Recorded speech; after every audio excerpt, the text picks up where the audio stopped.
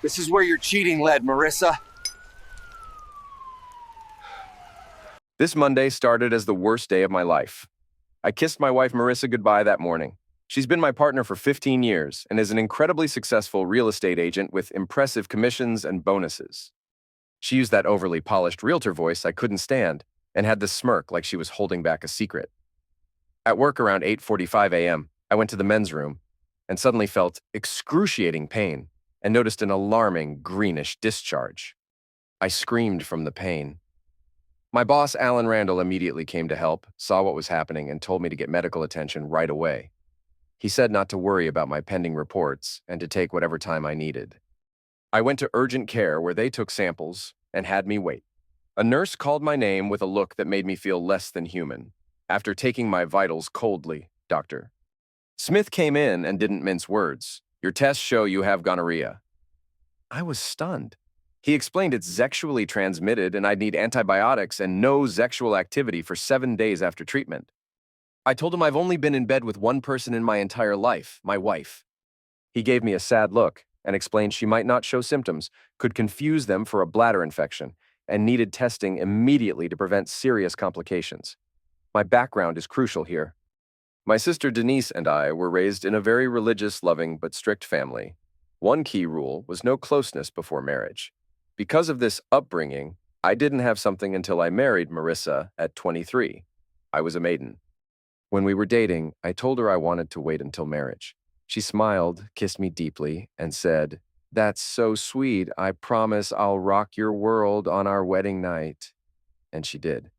She was patient and loving, teaching me how to please her. Marissa had been with others before me, but that didn't bother me as long as she was committed. We had 2 daughters, Lisa born a year after marriage, then Ginger a year later. Marissa had her tubes tied after Ginger's difficult delivery. While I'd hoped for a son, I couldn't have been happier with my daughters. They became the light of my life, turning me into a doting father.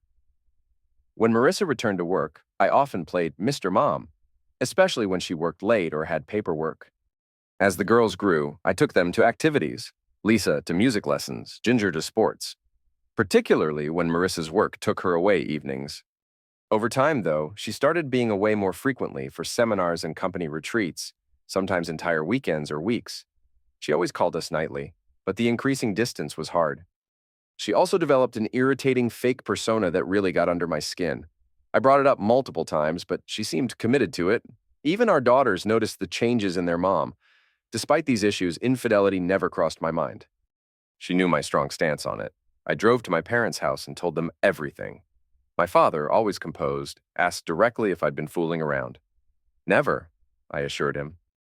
Marissa is the only woman I've ever been with. He believed me, but said infidelity was clear grounds for divorce. Dad called Gina Hawkins, a family law attorney from our church, who could see me that afternoon due to a cancellation. He told me to bring financials and tax returns from the last 2 years. At home gathering documents, I discovered why Marissa had suggested filing taxes separately 8 years ago. She'd earned much more in bonuses and commissions than I realized. I found bank statements from an unknown bank showing she'd saved almost $1 million over 8 years. What was her plan?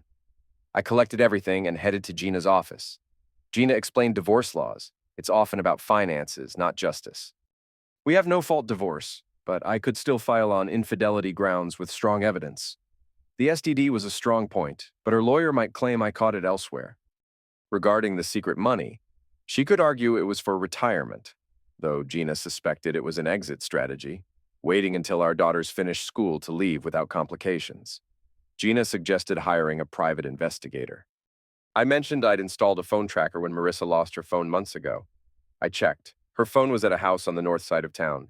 Gina called her investigator immediately with all details. When I got home, my daughters burst through the door. "Daddy, you're home early," Lisa said with surprise. "I told them to pack for a few days at their grandparents'." "Why?" Ginger asked with concern. "Is something wrong with Mom?" "Did you guys fight?" Lisa shocked me. "You caught her cheating, didn't you?" I was taken aback. She explained she'd heard Marissa on the phone using that fake voice, saying things like, "I can't wait to see you again, love," and giggling in a very personal way. Both girls said their mother had been acting strange lately, like she didn't want to talk to them much anymore. I did DNA cheek swabs on all of us for a paternity test Gina had recommended. You don't think we're really your kids? Lisa asked worriedly. I know you're my kids, I reassured her, but we need to confirm everything legally. So you're getting divorced? Lisa asked directly. It looks like it, I admitted. Isn't there any way you could forgive her? Ginger wondered. I don't think so. She made a serious mistake that required me to see a doctor this morning. As we drove to my parents', Lisa asked if she could stay with me if we divorced. Me too, Ginger chimed in. I explained courts often favor mothers, but I'd seek custody. I don't want to stay with her, Lisa confessed. Right now, I hate her for what she did to us. My father reminded me of Romans 12:19. Vengeance is mine, I will repay, says the Lord. Don't make me bail you out of jail. Think about your girls. I assured him I understood, though I did want revenge after 15 years of exclusive love, feeling like the ultimate betrayal. That evening, around 6:30, Gina called with preliminary findings. Marissa had met with 3 men since that afternoon. 3 men in one day? I was stunned. Gina sent photos, videos, and audio, advising me to skip the video but listen to the last few minutes of audio. The audio was devastating. Marissa told one man, I see you're married. For the moment, she replied casually. When asked if her husband knew, she said, no, he has no idea what kind of person he's married to. She called me a 23-year-old maiden when we married, said I was quite religious, doesn't smoke, drink, or even curse. He'd probably have a fit if I swore around him. He didn't even know how to make love until we were married. When asked why she stayed with me, she said, I suppose. He's a good father, looks after our girls well, and doesn't complain when I come home late. But beyond that, he's dull. About the girls' paternity. Honestly, I don't know. Maybe, doesn't matter much to me. He believes they're his, and that's what counts. The worst part? I've been having my fun throughout our marriage, and he's still clueless. He has no idea, hasn't been with anyone else, so how would he know any different?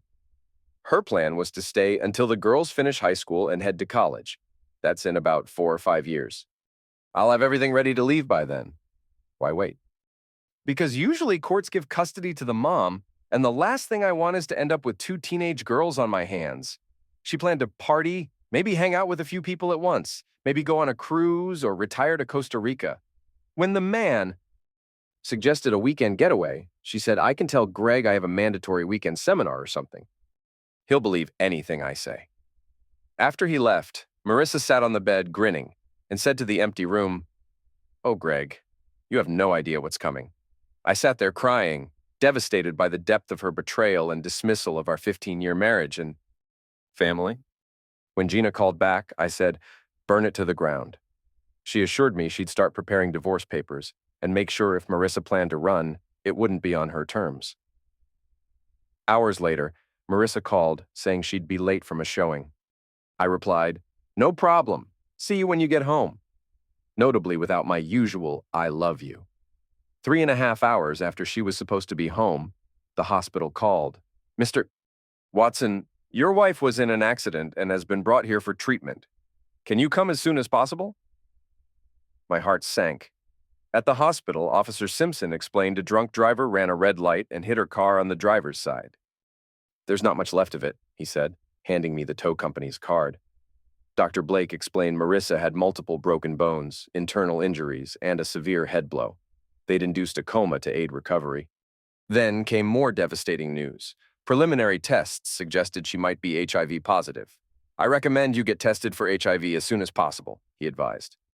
In her room, Marissa was swathed in bandages with one leg and a cast to her hip, her face bruised and swollen with stitched cuts. She looked like she'd barely survived a brutal battle. I said a silent prayer, then removed my wedding ring, wrote her name on the envelope containing the affair photos, put my ring inside, and sealed it. I asked the nurse to ensure she got it when she woke up. I gently removed her wedding rings and pocketed them. Goodbye, Marissa, I whispered. I'll see you later. I called her sister Loretta with updates. She was stunned, especially about the HIV possibility. Frank won't be comfortable with her staying here if she's HIV positive, Loretta said. He's worried about the kids.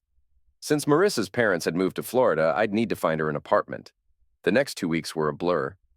I found a suitable 2-bedroom ground-floor apartment with garage and secured it using funds from Marissa's half of our joint accounts.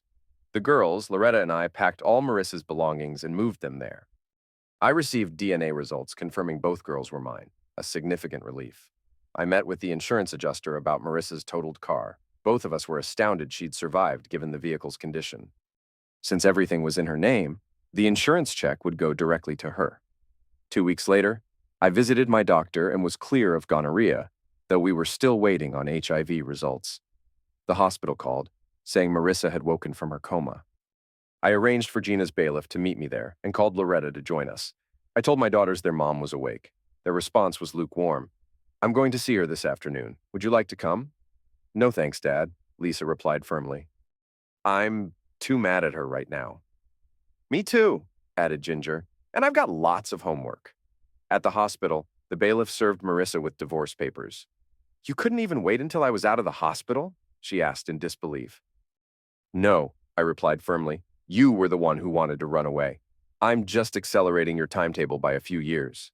"Do the girls know?" she asked. "Yes, and they're not too fond of you right now, which is why they aren't here. I'm seeking full custody, though I'll grant liberal visitation rights if they decide they want to see you. But as of now, they don't." "And I suppose you hate me too?" she ventured. Hate is a strong word. Let's just say my opinion of you has significantly diminished. When she asked if I'd ever forgive her, I said, "Maybe someday, when I can look at our girls and not see the hurt you've caused. And just so you know, I had their DNA tested." "They're mine?" I explained she wouldn't be coming home. I'd rented an apartment and moved all her belongings there. I handed her an envelope with her half of our joint savings, minus apartment costs. "By the way, I know about the escape fund you set up. My attorney has frozen that account. If you sign the divorce papers, she'll release the funds minus my half, of course." When she threatened to fight for it, I said, "I don't think that would be wise, unless you want all the evidence I've gathered to go public." "It's quite damning," Loretta coldly told her sister. "You should have listened. You lied to everyone. Greg, your kids, and me. I agreed to help you move when you're discharged, but after that, I'm done." "You need to sort yourself out." Marissa broke down, sobbing.